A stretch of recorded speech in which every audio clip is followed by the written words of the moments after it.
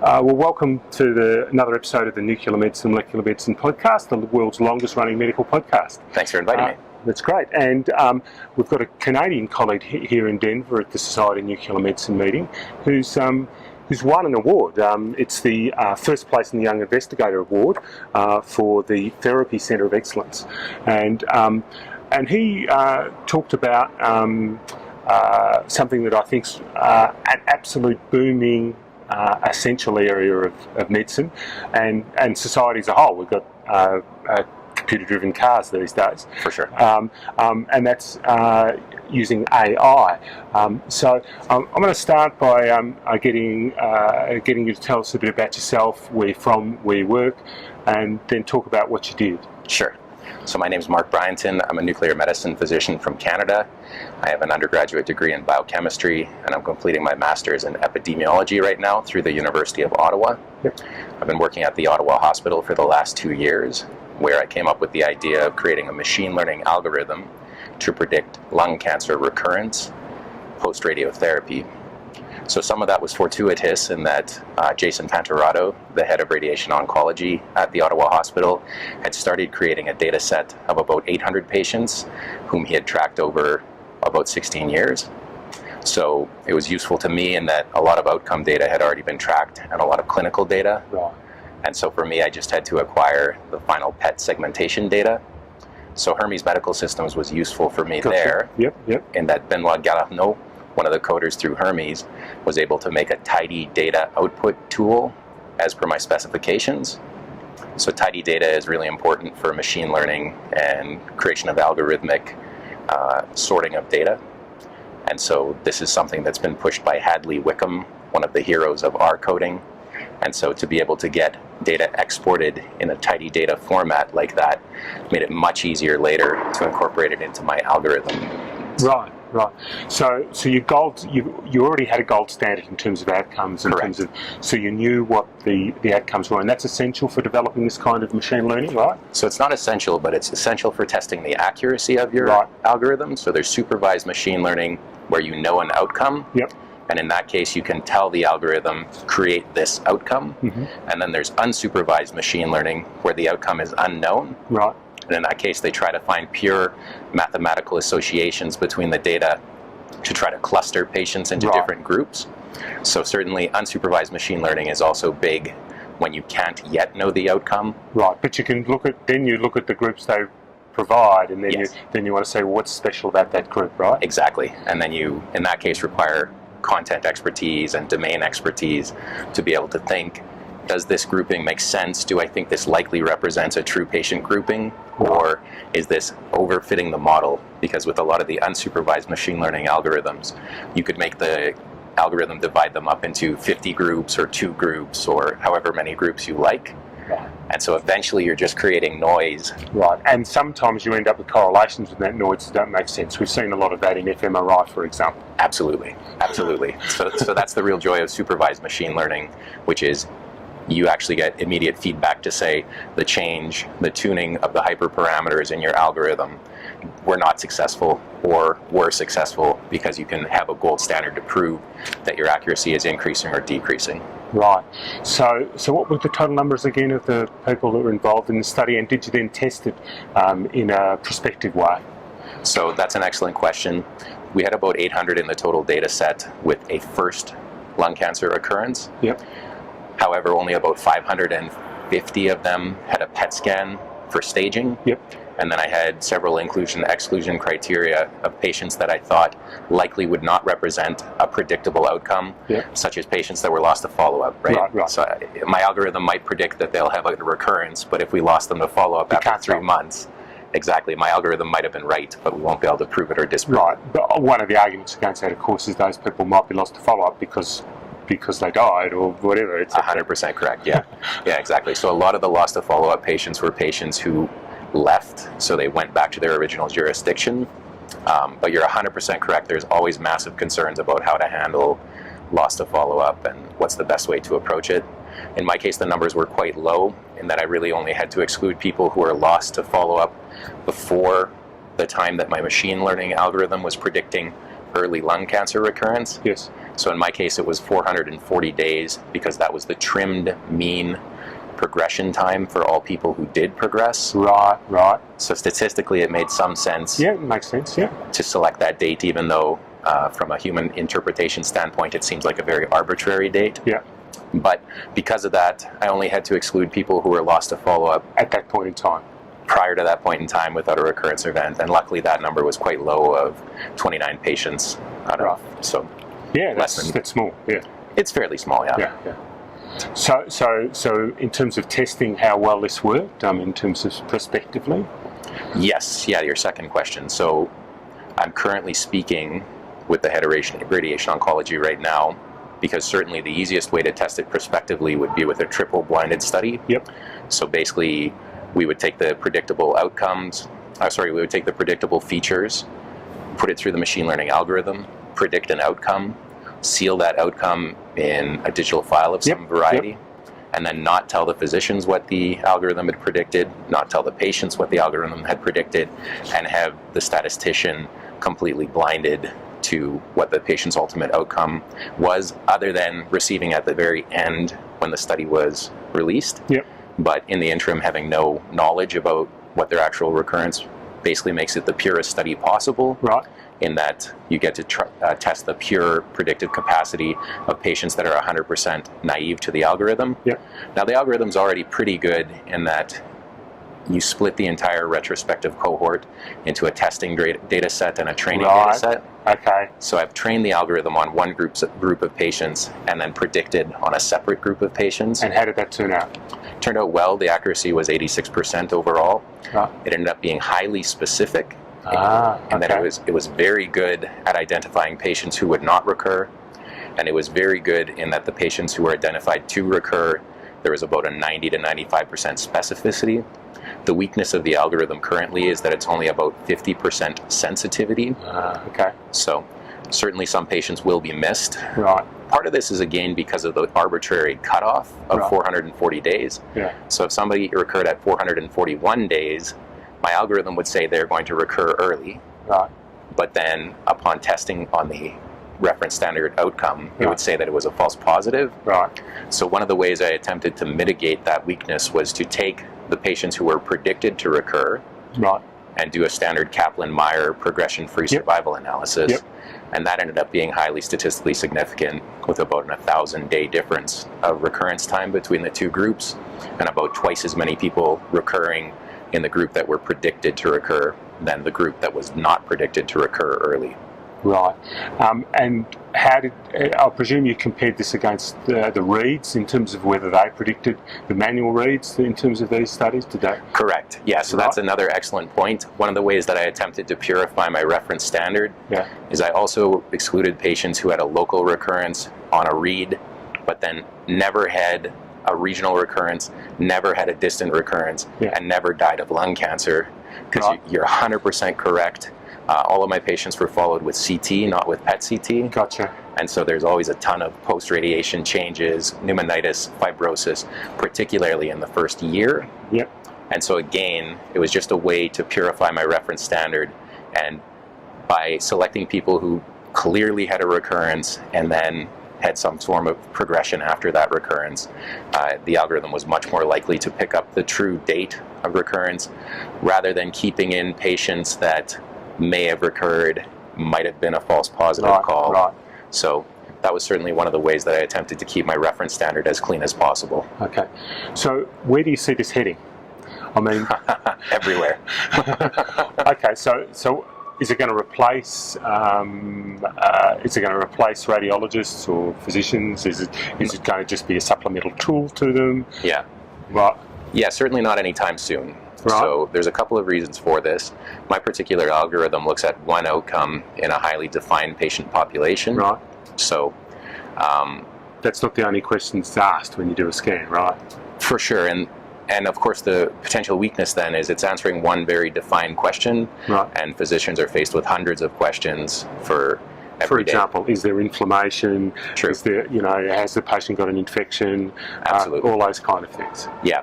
But with respect to will it be augmenting human intelligence and physicians in the near future? No question. Right. Absolutely it will. My prediction is that we'll have people who will be doing data entry as a full-time job for all of these oncology patients, who will be putting in all of the required features so that the algorithm can make a prediction. Yep. And I think it will be used, for example, the way that TNM is used right now. Why do we use TNM? Lots of reasons, but one of them is to convey a risk. And so machine learning is kind of like TNM, but instead of using 3 variables, it uses as many as you like, as many are predicted. Right. Maybe it's 10, maybe it's 50, whatever is required to improve performance. And so that's really the new paradigm, in that it's no longer going to be what can I process, how many variables can I weight to create an outcome. It's going to be, okay, the machine states that this person's at high risk for recurrence. What should we do now? Right. So, I mean, part of that, I mean, a little bit, I mean, for decades now in cardiac, for example, we've had tools that assist the doctor in reporting a myocardial perfusion scan, things like 3D, CEDAR Sinai and 4D, Corridor 4DM and so on. Absolutely. And we've had those for forever. Absolutely. Right. And they're useful. People do use those kind of things. The real question is, they're only as good as the data set that formed them. Correct. Is what you're doing only as good as the data set that you formed? And when technology changes, when the scan changes, when the scans get better or worse, is your data set useless? So that's an excellent question. One of the benefits of my data set is that all of the patients have biopsy-proven lung cancer. Right. Sometimes patients will get treated with stereotactic body radiotherapy because they're not a surgical candidate and they might not even survive biopsy. Yep. And so those types of patients are excluded from my data set. You're absolutely right. One of the weaknesses of the data set is that it's still a fairly small data set from a machine learning standpoint. So 404 patients with 60% of them in the training data set and 40% in the testing data set, from a machine learning standpoint, gives you small numbers. The particular model that I use, the extreme gradient boosting machine learning algorithm, cannot be used to extrapolate beyond my data set. So if there was a patient that had, twice as much uptake in their tumor, if there was a linear association, perhaps with linear regression, you could still try to make some form of prediction, assuming that linearity maintained outside of the range that the patients were tested on. But with extreme gradient boosting, you really can only look at the data that was represented in your data set. And so as the data set gets bigger and more representative of the extremes rather than just the mean response, it will be better able to make predictions about extreme patients. Right. I guess one of the things you've done, you haven't tried to take on the whole medical field in terms of predictions and so on, and you've stuck to dealing with something that you can measure in an image and in For sure. I mean, one example of trying to take on the whole medical field, I don't think worked terribly well, was, for example, a Watson study that was done with at MD Anderson, right? That didn't work out so well. Fair enough. I mean, Watson's an evolving program. Right. So IBM is still deploying Watson in hospitals right now. Yeah. Watson certainly won at Jeopardy already. So the question is, could it eventually have enough data to make large, generic, sweeping predictions about large varieties of illness? And the answer is absolutely. Absolutely. Eventually it will. Is it going to be 5 years? Is it going to be 10 years? Maybe it'll be 20 years, 30 years even. People are notoriously poor at predicting beyond even 5 years. But what does a physician do, really? A physician takes and synthesizes large amount of data to come up with an outcome. The only difference, I think, between a physician doing it and an algorithm doing it is, in an algorithm, you definitely have the data for every patient, and so every failure is going to get tracked. Whereas if a physician were to make a mistake, currently the most likely response would be, yes, medicine's an imperfect science, everybody's doing their best.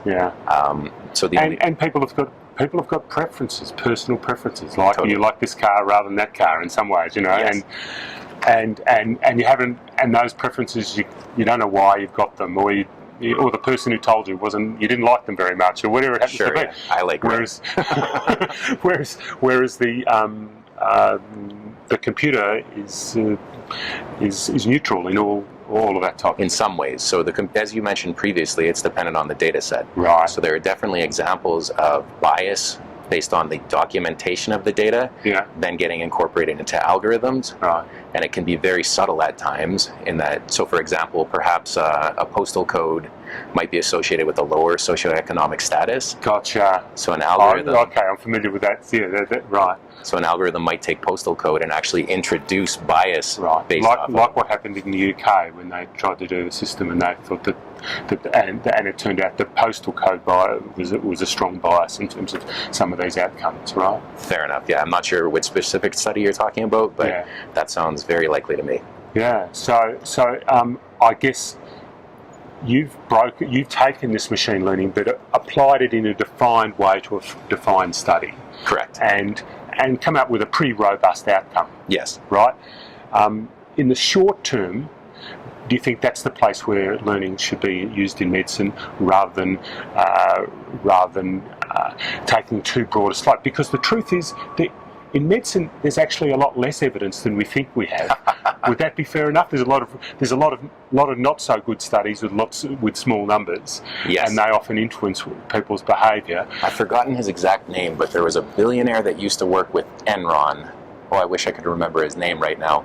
And what he said is, when I make trades with Enron, I really have to know the answer, because hundreds of millions of dollars are on the line every time. And so he was basically saying that he was the purest form of scientist because it absolutely mattered what the truth was. Right. And so what he did is he took a lot of studies in psychology, and I think he called his project the Reproducibility Project. Right. And he started trying to recreate the studies using what he understood about scientific methodology to see whether those studies could be reproduced or not. And so you're absolutely right. In medicine, there can be studies with poor methodology, and there is definitely publication bias in that nobody wants to publish the negative finding, the boring finding.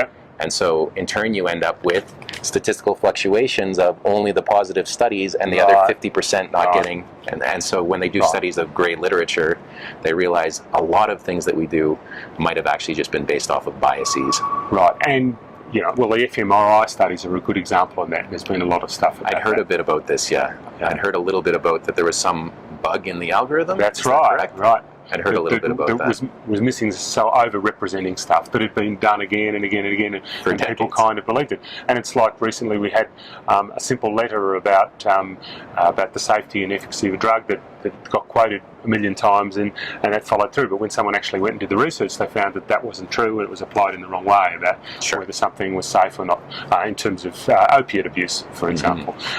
Our letter was written to the editor saying people don't get addicted to opiates. Oh, really? And of course, that was taken as a gold truth, but of course we now know people do get addicted to opiates, of course, and more care should have been taken. But by using a computer as an independent arbiter, I think maybe we're going to end up with better and more robust data in some ways. Absolutely, yeah. So one of the beauties of machine learning compared to traditional inferential statistics is it seems like a lot of the inferential statistics try to exclude every type of bias, exclude collinearity, and heteroscedasticity. They try to exclude every potential source of bias to say this one variable is predictive of a patient outcome in the entire group. And so that's good. We definitely need that type of data, absolutely. But the beauty of machine learning is then you can take those 10 or 20 studies that all in a specific area of learning state this variable is predictive, and we have done such a robust way to try to prove that there's no bias, and then you can take all of those variables and put them into a machine learning algorithm to try to create a function that predicts an outcome of importance. Right. And so you can test that.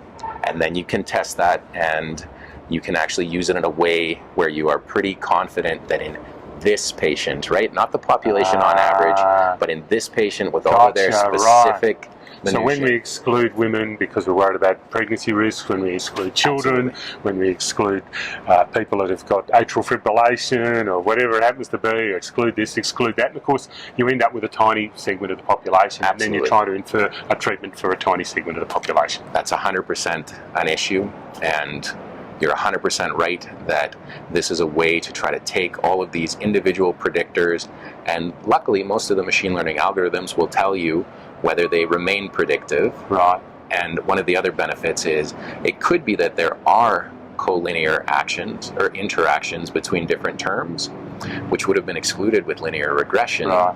But it could be that there is still some sort of synergistic effect or nonlinear effect between multiple variables, which can then be inferred with the algorithm rather than being tossed out as completely irrelevant because they don't fit the statistical model being used. Okay. Do you think there's a possibility in your data set you've got one of those problems though? For example, we know that people who live in poor neighbourhoods have a higher reoccurrence of just about everything. For sure. Right? So do you think that your algorithm might be biased in terms of a richer area, and it's not going to work so well in a poorer area, for example? Could be. Right. And that's the point of prospective proof, Yeah. in that even if I do prospective proof, it will prove within the Ottawa Hospital patient population that it's predictive. So you're 100% right. It could be that they do something slightly different that was not captured in the model in a different jurisdiction or country. Yeah. And so the beauty again of machine learning, though, is if it turns out that there is a slight difference between the two patient groups in the way that they were treated, you can retrain the model at any point in time. Right. So you'd ask the question, maybe the old scanner doesn't work as well, and that could end up being an issue. Yeah. All you would do in that case is you would put in what the scanner was, what the parameters of the scan acquisition was, as its own independent model for every patient. Yep. I have that data currently, actually. And then you can compare the two. Exactly, and so it could be almost used as like a marketing. Oh, look, the patients who have a scan on a new type of scanner are much less likely to recur. We all need to buy solid-state PET scanners, right? We'll see, right? Yeah, okay, all right, yeah, well, that makes good sense. So the model can always be retrained. Yep. So the answer to your previous question of, do I have to throw all the old data out? No, because let's say worst case scenario that we start testing for a certain genetic mutation over time. Yeah. Well, the 160 columns of data that I have on the original 500 or so patients still predict on their own. Yeah. So theoretically, you could still use all of those data points, and then this wouldn't be a good solution, but worst case scenario, you could acquire those data points on the new patient population and then just put the mutation in for that group, and then just state directly that that data was missing in the old population.